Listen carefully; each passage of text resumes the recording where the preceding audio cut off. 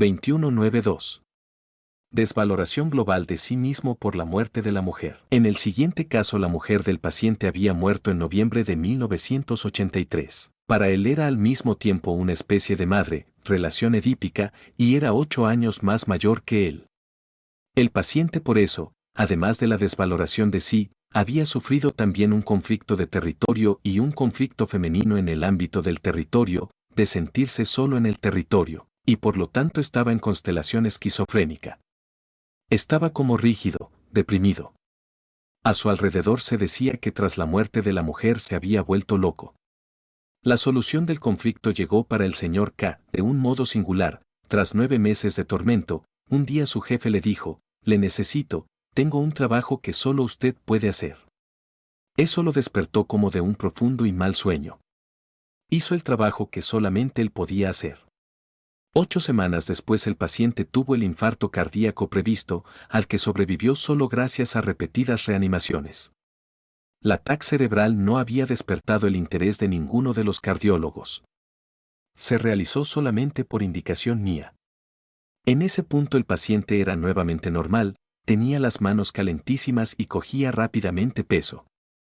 Los cardiólogos de la Clínica Universitaria de Viena habían interpretado el caso del siguiente modo: a causa de la pérdida de peso de las últimas 7 semanas había aparecido el riesgo de infarto y de hecho se había producido uno.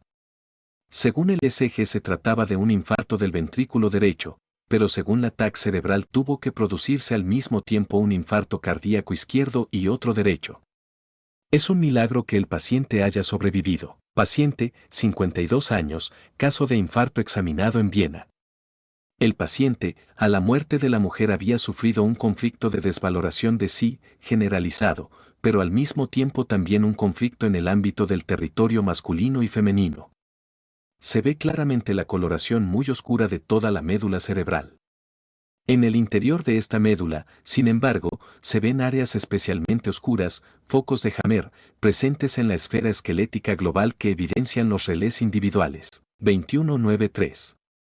Leucemia linfoblástica aguda a continuación del abandono por parte del novio. Este caso es muy común, de hecho. Una joven estudiante de medicina de 21 años, ya casi al final de su primer bienio de carrera, a la que dejó su novio. Era noviembre del 1984. Poco tiempo antes, todavía en las prácticas de fisiología, se había hecho su propio cuadro hemático, todos los valores eran normales. La muchacha se encontraba un poco robusta, pero era muy inteligente y abierta. Todo su valor se basaba en su novio, con el que más adelante quería formar una familia. Este era su más grande deseo. Cuando el novio la dejó, había sido su primer novio, se sintió profundamente destruida en su estima personal. El conflicto fue muy intenso. Tras unos 2 meses se reconciliaron. Desde ese momento la muchacha se volvió flaca y estaba tan cansada que no podía estudiar. Había perdido 3 kilogramos entre noviembre del 1984 y enero del 1985. Ahora volvía a tener apetito e incluso excesivo, y engordó rápidamente, más que antes. Desafortunadamente 4 semanas después fue al médico, quien le encontró una leucocitosis con un valor cercano a los 80.000, de los cuales 75.000 eran linfoblastos y 5.000 leucocitos normales. Lo que aconteció después fue una tragedia. En la Universidad de Erlangen y de Essen intentaron reprimir los leucocitos con citostáticos. Al lado vemos las osteólisis de la articulación del hombro izquierdo, la paciente era zurda. Allí tenía también los dolores de dilatación del periósteo. Normalmente esta zona esquelética, en los zurdos, se ve afectada por una desvaloración de sí en la relación con el compañero, pero el conflicto permaneció resuelto y siempre que interrumpía el pseudotratamiento con los citostáticos el número de leucocitos aumentaba rápidamente. Entonces los médicos se lamentaban de la recaída. La paciente al final murió por causas iatrógenas, terapizada a morir. Osteólisis de la primera vértebra lumbar, justo donde tenía los dolores, conflicto de desvaloración de la autoestima central. En la TAC cerebral vemos una médula muy oscura. Las flechas indican 2 zonas circunscritas correspondientes a las osteólisis de las costillas en reparación. La flecha frontal a la derecha muestra un FH resuelto de un conflicto de impotencia, un conflicto del tipo se debería hacer algo, Pero nadie hace nada desencadenado en esta paciente zurda por el diagnóstico y los pronósticos de los médicos y manifestaciones a nivel orgánico con úlceras de los conductos de los arcos branquiales. 2194. Desvaloración de sí en la relación con la hermana que le dice eres un monstruo. Este trágico caso viene de la Clínica Universitaria de Tübingen. Se trata de un muchacho de 9 años. En las imágenes de TAC que siguen vemos un gran sarcoma de la órbita que se ha formado tras una operación de la órbita. En el momento de esta fotografía, en septiembre del 1986, se habría podido operar al muchacho, porque no era necesario que el muchacho muriese por este sarcoma, que solo era una reacción de reparación excesiva. Pero los profesores oftalmólogos de Tübingen rechazaron la operación. Así el pobre muchacho fue tratado con quimio y citostáticos y sedado con morfina. Estas imágenes, sin embargo, deben mostrar también otra cosa. Cuando se llegó a esta gran protusión del bulbo, a la presión del globo ocular causada por el sarcoma retrovulvar a la derecha, la hermanita de 5 años le dijo a su hermano, pareces un monstruo. Desde ese momento el muchacho se volvió muy callado. En los 2 meses siguientes prácticamente no dijo una palabra, adelgazaba y casi no dormía. Había sufrido un grave conflicto de desvaloración con DHS, al mismo tiempo que un fuerte rencor en el territorio. Además, a causa de estas palabras había sufrido 2 o incluso 3 conflictos centrales frontales. Todo se ve en la TAC cerebral. Por añadidura estaba en constelación esquizofrénica. Cuando al valeroso muchacho, al que los doctores de Lyon, Ginebra y Zúrich se negaron a operar, le dijeron que en Tübingen había médicos que con una operación podrían devolverle a su cara el aspecto original. Entre lágrimas pronunció la palabra monstruo, balbuciendo una y otra vez monstruo, monstruo.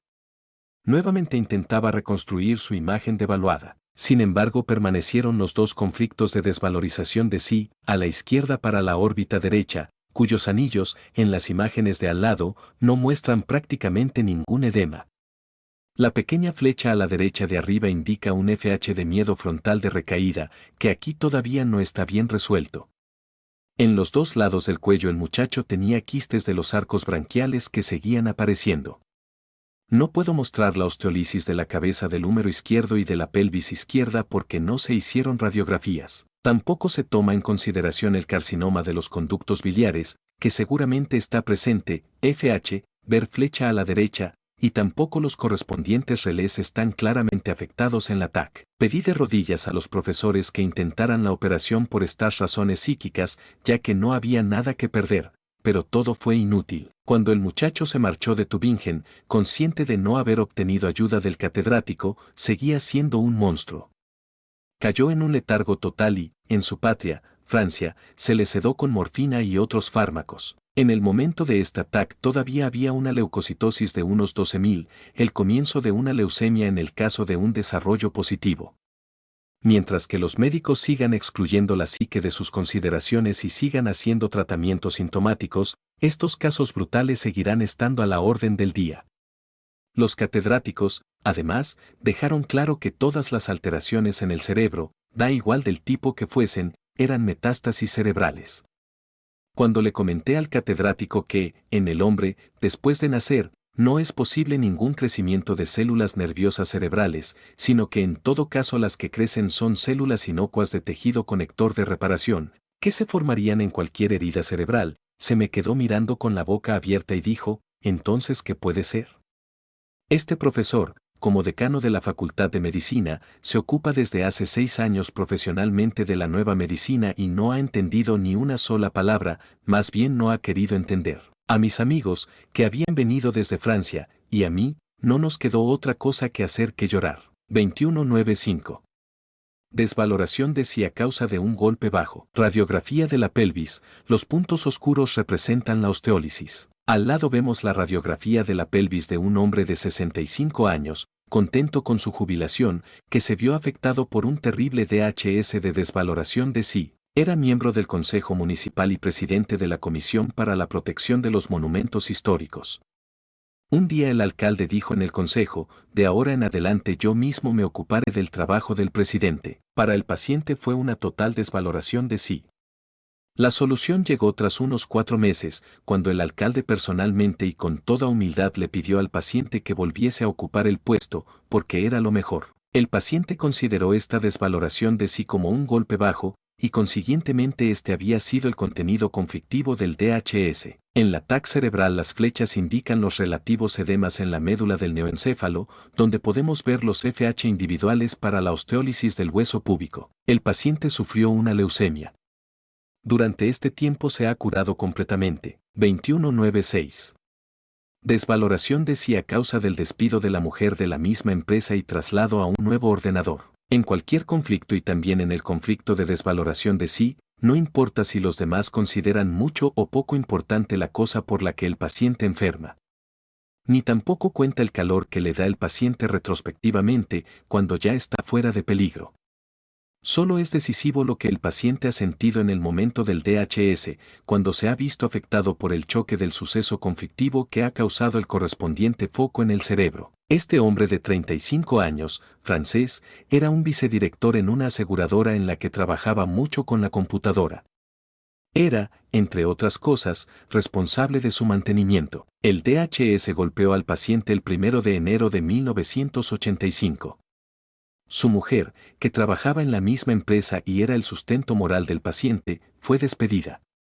Al mismo tiempo al paciente le comunicaron que se iba a adquirir toda una nueva generación de computadoras producidos por una empresa diferente.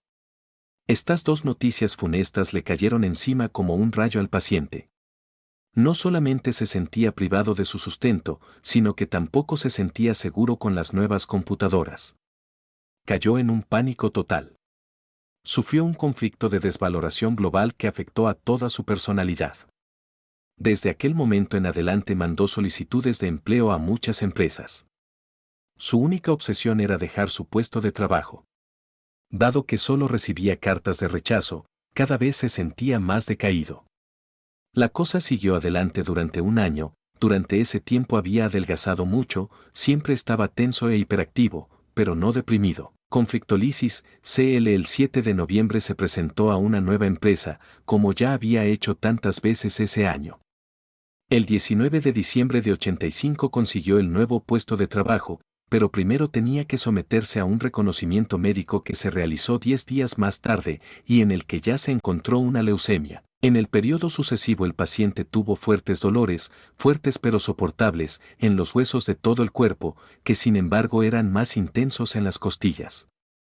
Los leucocitos, en la consulta del 2 de enero de 1986, estaban ya en los 30.000 y en los meses siguientes subieron a 170.000. El 16 de enero le despidieron de la nueva empresa, pero lo aceptó, por ya estaba visiblemente enfermo, aunque en realidad se sintiese bien y solamente estuviese cansado. La empresa le aseguró que le cogerían de nuevo en cuanto se curase. Al paciente lo trataron primero con antibióticos porque al principio el número de leucocitos aumentaba lentamente. Pero dado que no sirvió de nada y los leucocitos seguían aumentando, se le diagnosticó, tras una aguaspiración de la médula ósea, una leucemia mieloide crónica. Afortunadamente consiguió encontrar el camino que llevaba a mis amigos de Francia. Hoy está bien, trabaja de nuevo y está sano sin haber tomado citostáticos. Por desgracia no poseo la radiografía de los huesos del tórax. Estoy seguro que ahí se verían las osteólisis.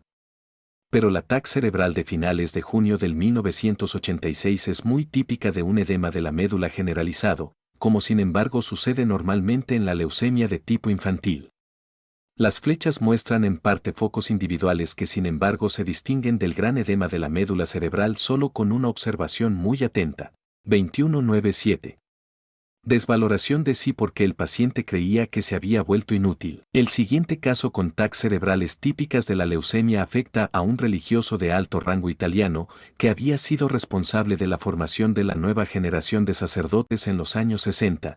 Cuando muchos seminaristas renunciaron al sacerdocio había sufrido dos conflictos. 1. Un conflicto de rencor en el territorio, úlcera de los conductos biliares, con un conflicto de miedo en el territorio, úlcera bronquial, los dos a la derecha cerebralmente, porque los seminaristas abandonaban en grupo y él conseguía a duras penas controlar la cólera y el miedo al futuro. 2. Un conflicto de impotencia, cuando fue convocado en el Vaticano y tuvo que enfrentarse a la pregunta, ¿habría que hacer urgentemente algo contra este fenómeno? ¿Pero qué? Por ello sufrió dos conflictos casi iguales a nivel orgánico para los conductos secretores de la tiroides y al mismo tiempo para el íntima de la bifurcación de la carótida izquierda. Desde el punto de vista evolutivo, tanto los conductos excretores de la tiroides como el íntima de la carótida son derivaciones embrionales de los arcos branquiales, tiene el mismo contenido conflictivo. En el plano orgánico se encuentran a una distancia de pocos centímetros y sus relés están situados en la misma zona cerebral. En la bifurcación de la carótida, se los recuerdo a los que son médicos, se encuentra el denominado nódulo senoatrial de la carótida, una especie de mezclador y regulador automático de la presión del organismo y, como dicen los test, el más importante circuito de regulación y estabilización de la presión arterial central. A nivel orgánico, en la fase PCL, sufrió una queratosis del epitelio pavimentoso en el lumen de esta bifurcación de la arteria carótida, una llamada estenosis. Cuando esto se descubrió en 1984, porque el paciente tenía disfunciones en el habla, cayó en pánico y sufrió un conflicto de desvaloración de sí global, porque ahora al paciente le parecía que se había vuelto inútil. Las disfunciones del habla eran probablemente el resultado de la irrigación sanguínea disminuida del hemisferio posterior del neoencéfalo a causa de la estenosis de la carótida. El paciente adelgazó rápidamente, no dormía y pensaba continuamente que era inútil y que no servía para nada.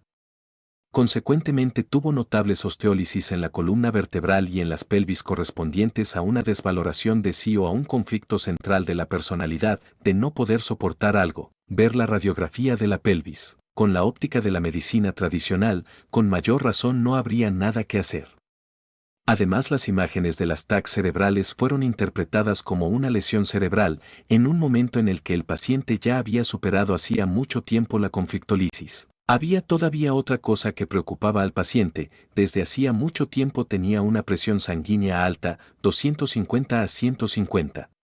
La presión elevada fue considerada responsable de la calcificación en la bifurcación de la carótida. En realidad 20 años antes había sufrido un terrible conflicto del agua con necrosis renal. Esa vez estaba volando sobre el Mediterráneo con un pequeño avión de pasajeros. De repente se metieron en un fuerte temporal. El piloto volaba muy bajo, pero a pesar de ello el avión era zarandeado continuamente. Todos los pasajeros tenían miedo de caer de un momento a otro al Mediterráneo. Se pusieron los chalecos salvavidas. Duró unas 3 horas. El paciente dice que fue un infierno. Desde entonces tiene la presión alta y durante meses soñó con aquella terrible experiencia. Después del reciente DHS de desvaloración causado por el tremendo diagnóstico de la medicina oficial, el paciente tuvo 5 meses de actividad conflictiva.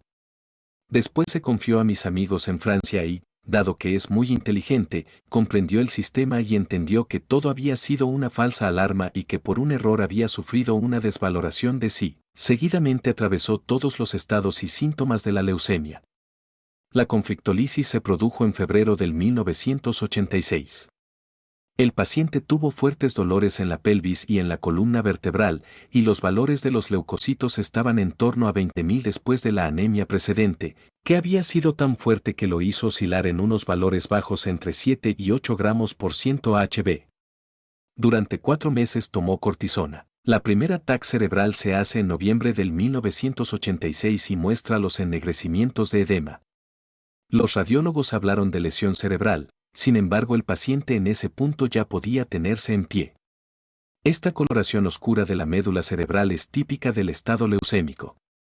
El ennegrecimiento está causado por el edema y es visible en la zona del relé de la pelvis.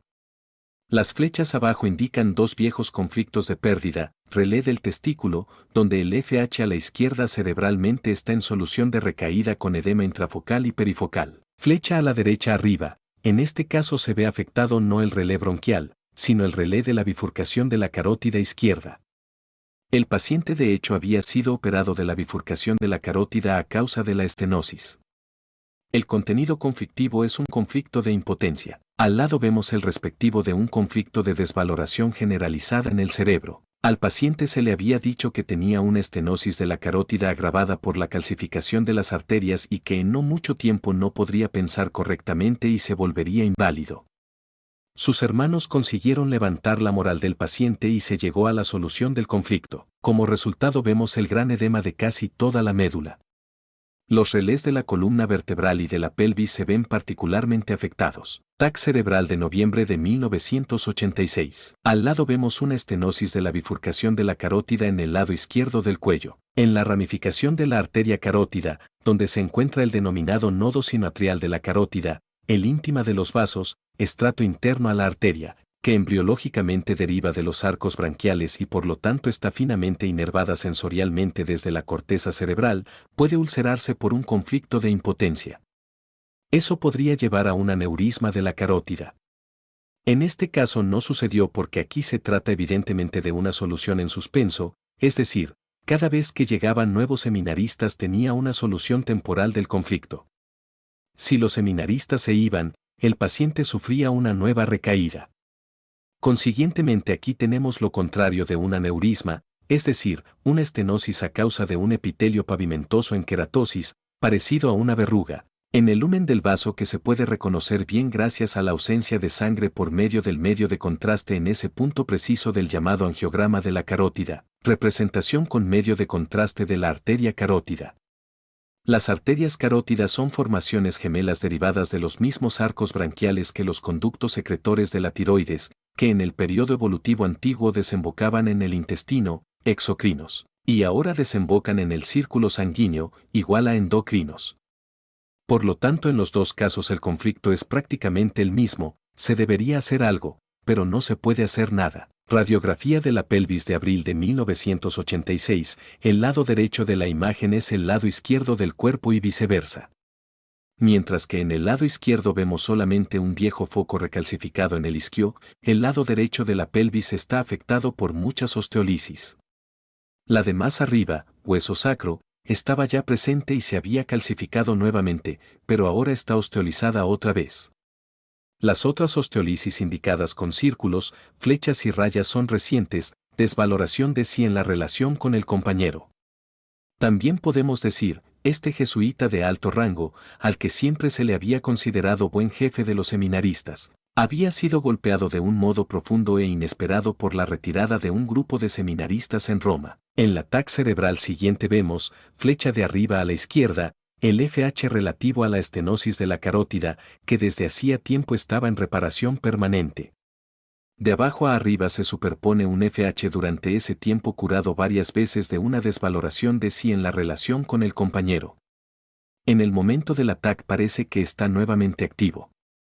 A nivel orgánico le corresponde una osteolisis del hombro derecho, de la que por desgracia no tenemos radiografía. La gran flecha a la derecha indica el FH en el relé de los conductos biliares, rencor en el territorio, para el que es difícil establecer si está totalmente cicatrizado o todavía tiene una cierta actividad.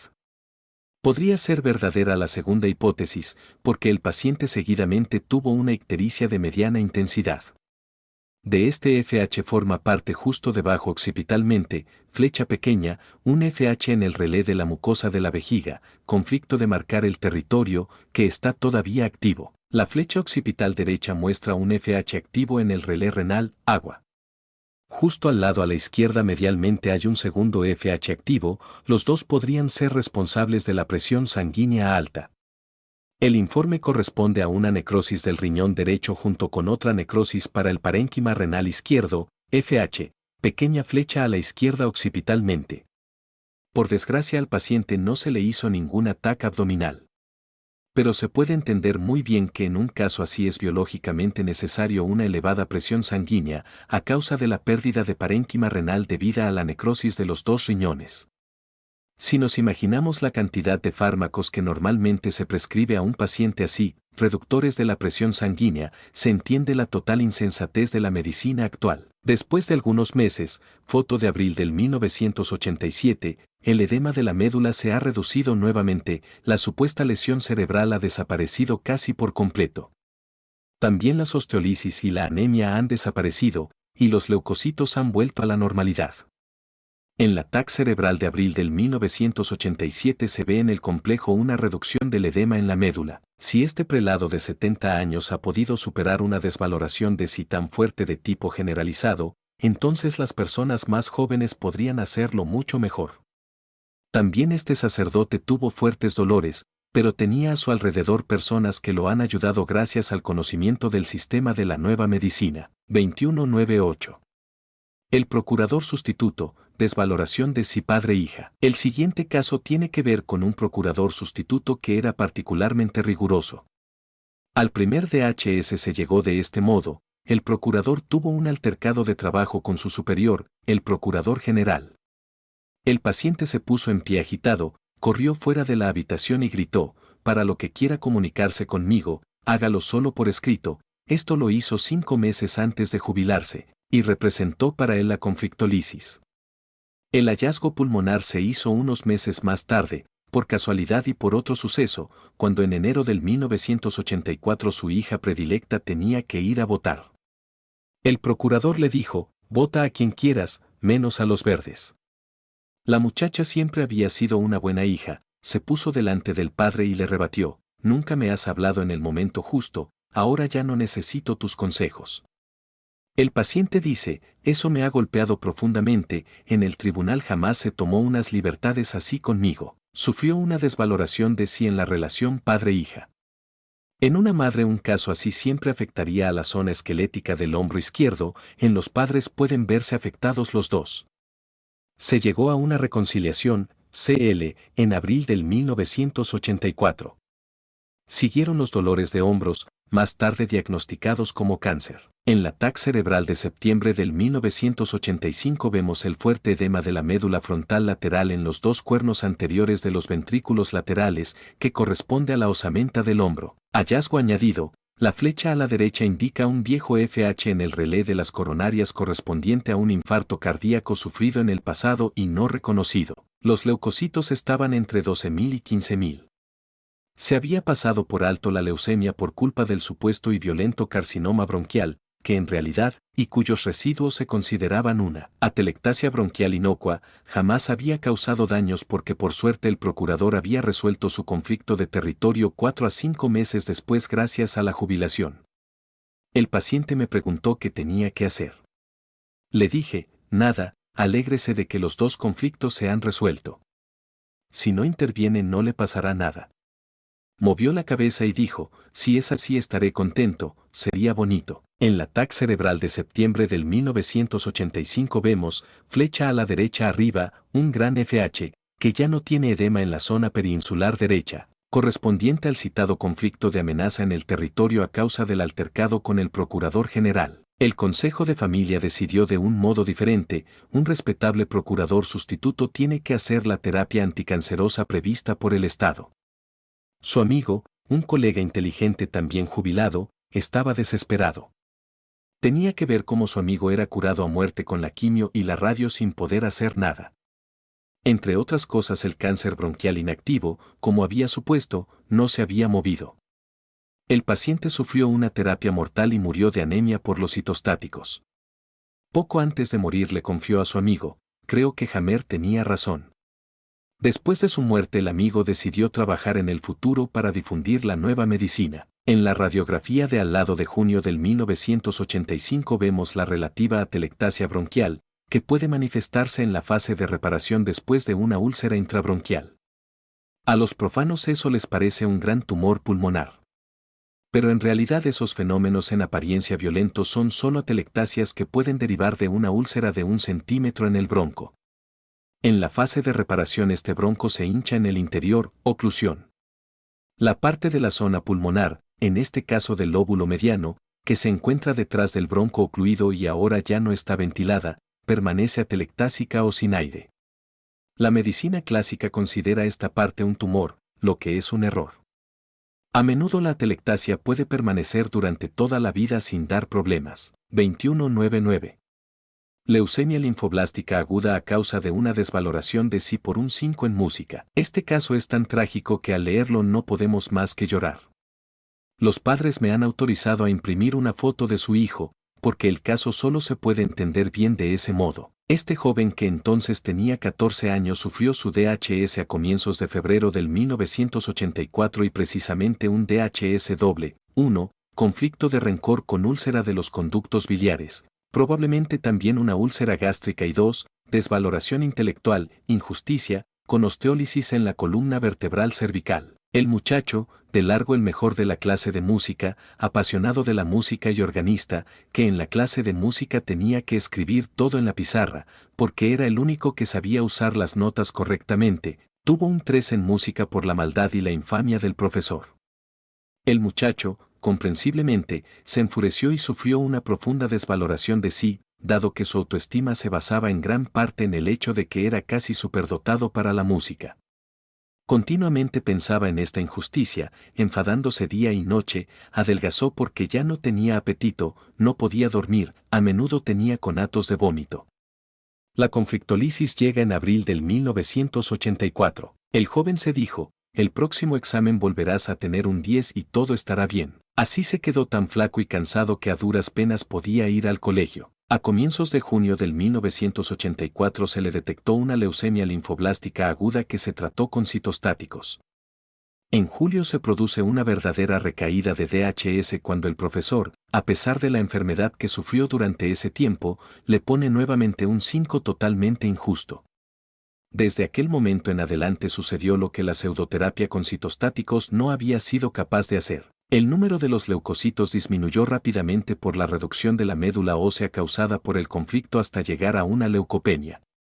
El muchacho disminuyó de peso, siempre tenía conatos de vómito, no podía dormir y siempre estaba pensando al 5 de música.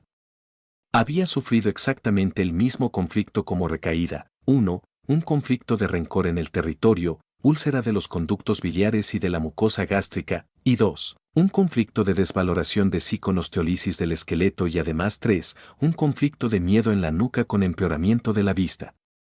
Era grotesco, en esta segunda fase de conflicto activo, entre julio y Navidad de 1984, este muchacho seguía adelgazando, vomitaba, no dormía y pensaba siempre en el 5 de música. Debería estar sano según la opinión de los médicos, porque el cuadro hemático mostraba una leucopenia.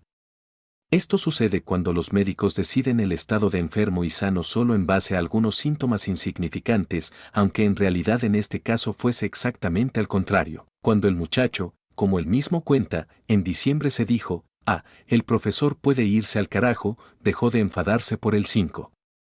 Desde ese momento le volvió el apetito, cogió peso y volvía a dormir y, con grandes lamentos de los médicos universitarios, el número de leucocitos subió nuevamente a 103.000 como buena señal de la reparación del conflicto de desvaloración de sí y de la recalcificación ósea. Cuando el muchacho estaba mal, se le consideraba sano, pero ahora que realmente estaba bien, se pronunció la condena casi a muerte, recaída de leucemia, ninguna esperanza de supervivencia. Desde ese momento todo lo que sucedió fue una pura locura, se hizo un tratamiento de quimio muy agresiva, citostáticos, con el único éxito de arruinar totalmente la médula ósea. Se consiguió crearle una anemia pero, dado que era una persona joven, los leucocitos siguieron subiendo, siempre como nueva señal de la reparación, dado que el conflicto ahora estaba resuelto. Siguieron intentando cazar al maligno con citostáticos cada vez más agresivos. El pobre muchacho al final murió por esta continua tortura, una muerte totalmente innecesaria. La enfermera de noche no vio que sangraba por la cavidad nasal y la sangre terminó en el canal gastrointestinal. Aunque su tarea fuese la de controlar, la enfermera había apagado la luz. Cuando por la mañana lo miró, el pobre había perdido unos 2 litros de sangre. Le habían dado carnívora, menuda aberración, pues es un veneno inhibidor de la trombopoyesis. Murió desangrado. No sé, por lo demás, si el muchacho había sufrido una desvaloración de sí añadida, que afectase a la quinta vértebra lumbar a la derecha, en julio a causa del DHS de la recaída conflictiva o por el segundo y tremendo pronóstico a finales de enero del 1985. Intuyo que se tratara de esta última y también el conflicto de miedo en la nuca podría derivar de ahí. Los dos tuvieron que estar resueltos entre enero y junio del 1985, el mes en el que se realizó la TAC cerebral. Vi al muchacho solo 3 horas, pocos días antes de su muerte y todavía no había visto su TAC cerebral. Un conflicto de desvaloración de sí sobre la base de una injusticia, que yo llamo conflicto de desvaloración intelectual, lleva siempre a la osteólisis de las vértebras cervicales o de vértebras cervicales individuales, como puedo demostrar con infinitos ejemplos. Consiguientemente el muchacho siempre ha sentido dolores de nuca. Sin embargo, podría haber tenido, añadido o en sustitución, osteólisis de la caja craneal que está ligada al mismo contenido conflictivo. En la TAC cerebral de este sensible joven vemos, flecha de la derecha abajo, el FH en el relé cortical para la úlcera de los conductos biliares y para la úlcera gástrica con fuerte edema en solución. Frontalmente vemos el notable edema para el relé de las vértebras cervicales y la caja craneal en los dos lados, correspondiente a la desvaloración de sí intelectual, dos flechas de arriba a la izquierda y derecha.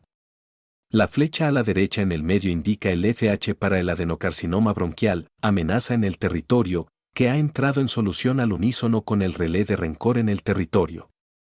Afortunadamente no se hicieron radiografías de los pulmones. Las flechas de abajo a la derecha indican un conflicto de miedo en la nuca y un conflicto de miedo del depredador, correspondiente a un fuerte deterioro de la vista del ojo izquierdo.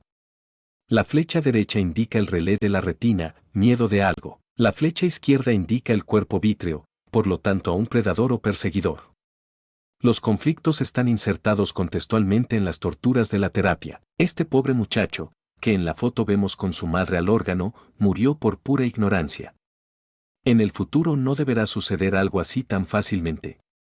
En este caso cualquiera puede ver con precisión cómo en la total ignorancia las cosas se equivocan. El sano se considera enfermo y el enfermo, sano. 21.9.10. Desvaloración de sí con plasmocitoma a causa de la quiebra del negocio de la hija predilecta. 1. Leucemia después de desvaloración de sí cuando la hija se muda y se arruina. 2. Adenocarcinoma hepático después de un conflicto de miedo de morir de hambre por la hija y seguidamente también por sí misma tras el diagnóstico de hepatitis. 3. Estado después de varios conflictos de rencor en el territorio con hepatitis A y B en la relativa fase de reparación tras la úlcera de los conductos biliares. 4. Diabetes mellitus después de un conflicto de repulsión. 5. Carcinoma de ovario a la izquierda a causa del conflicto de pérdida. Este caso de una señora de 66 años de la Francia meridional dará lugar a muchas preguntas. Se trató de uno de los casos más raros que me han sucedido.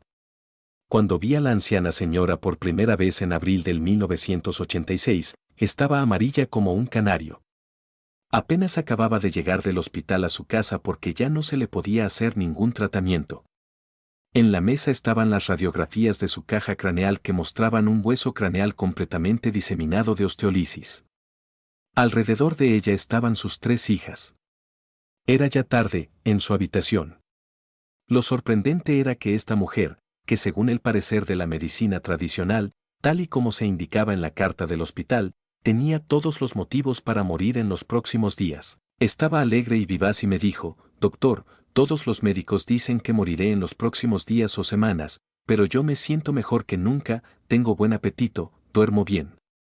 No entiendo por qué me voy a morir. En aquel punto contó su historia, ayudada por las hijas, siempre había habido puntos débiles en su vida que la habían hecho reaccionar dolorosamente.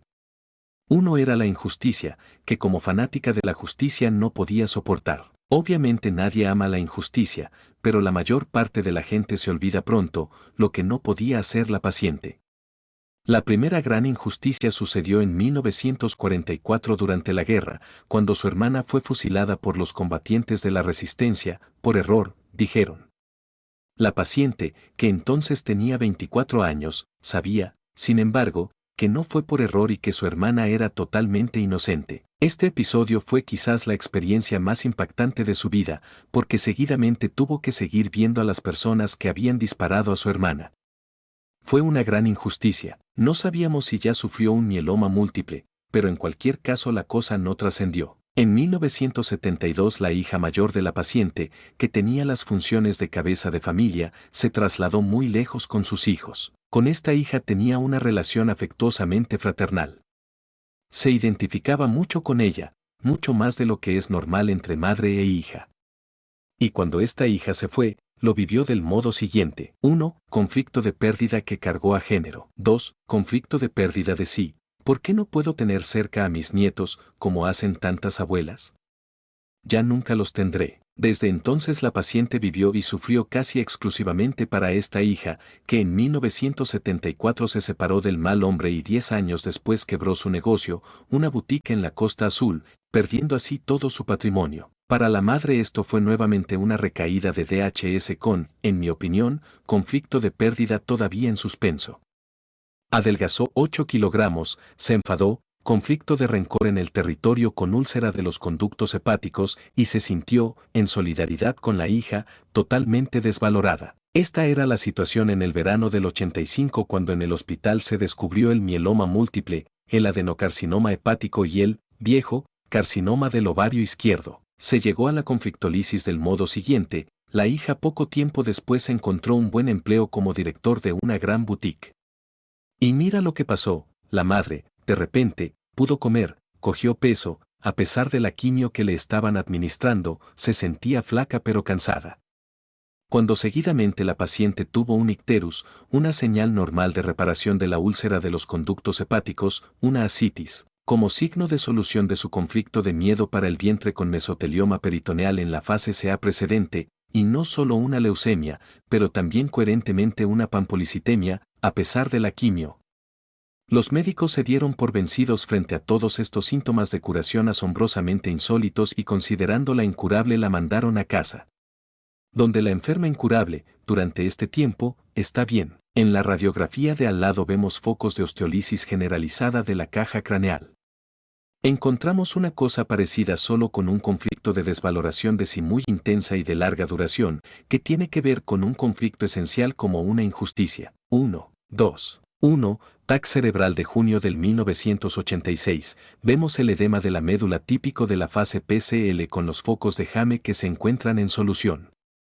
Las dos flechas indican los relés para las dos mitades de la caja craneal y las dos mitades de la columna vertebral cervical. El FH de la columna vertebral cervical se sitúa un poco más dorsalmente, el FH de la caja craneal más frontalmente. En la TAC los relés se distinguen con mucha dificultad. 2. FH para el conflicto del oponer resistencia, flecha, que se encuentra en el diencéfalo y es responsable de la diabetes. El conflicto se debía al rechazo de recibir el último tratamiento de quimio. La paciente hizo una verdadera revolución en la clínica. También ese FH está en solución. La flecha a la derecha indica el ápice central del FH que desde hace años tiene a menudo una recaída en el relé de los conductos hepáticos, rencor en el territorio.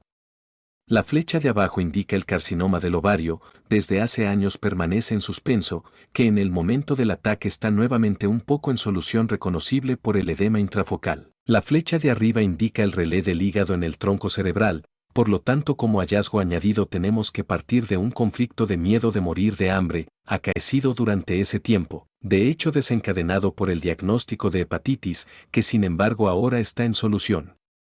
Otro hallazgo del ataque cerebral: las dos flechas de abajo indican los FH que deberían corresponder a los derrames pleuricoso-peritoneales a la derecha y a la izquierda. No son frescos, pero muestran todavía un poco de edema residuo. Evidentemente la paciente durante ese tiempo tiene que haber sufrido un derrame pleurico o peritoneal de los dos lados que no fue diagnosticado. No conozco los conflictos particulares de estos dos carcinomas. Supongo solamente que tengan que ver con la bancarrota de la hija.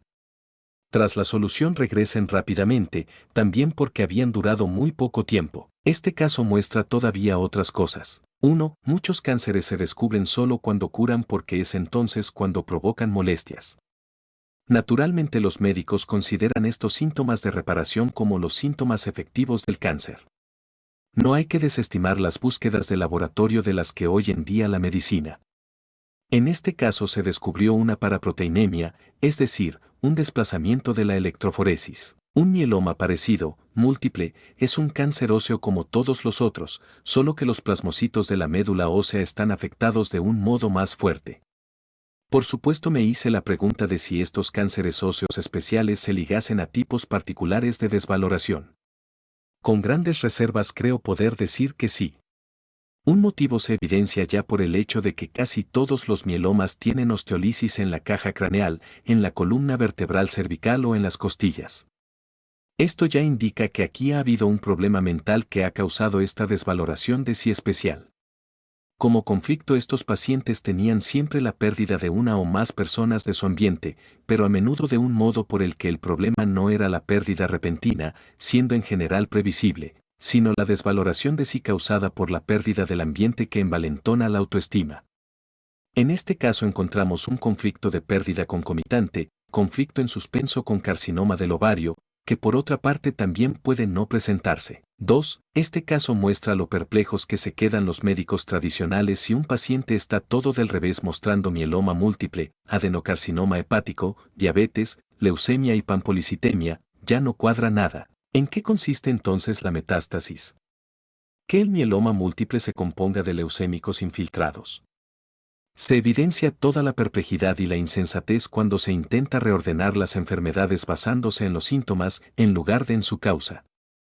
Y esa causa no puede de ningún modo ser la psique ni el cerebro porque, de otro modo, todo lo que hemos hecho durante los últimos decenios habría sido una tontería. ¿Por qué la paciente, como madre, no ha reaccionado con la mama izquierda? Yo creo que esta paciente se sentía más como una hermana. Se puede sentir un hijo en parte o del todo, pero también se puede sentir como compañero. Sucede y no es tan extraño. Decisivo es no lo que es el paciente, sino lo que siente en el momento del DHS. Hay que escuchar muy atentamente, como un buen investigador. Nos podemos olvidar tranquilamente de todas las estadísticas relativas insensatas que, por ejemplo, los psicólogos consiguen con un cuestionario. ¿A quién se le pasa por la cabeza que pueda indagarse el alma humana con semejantes médicos?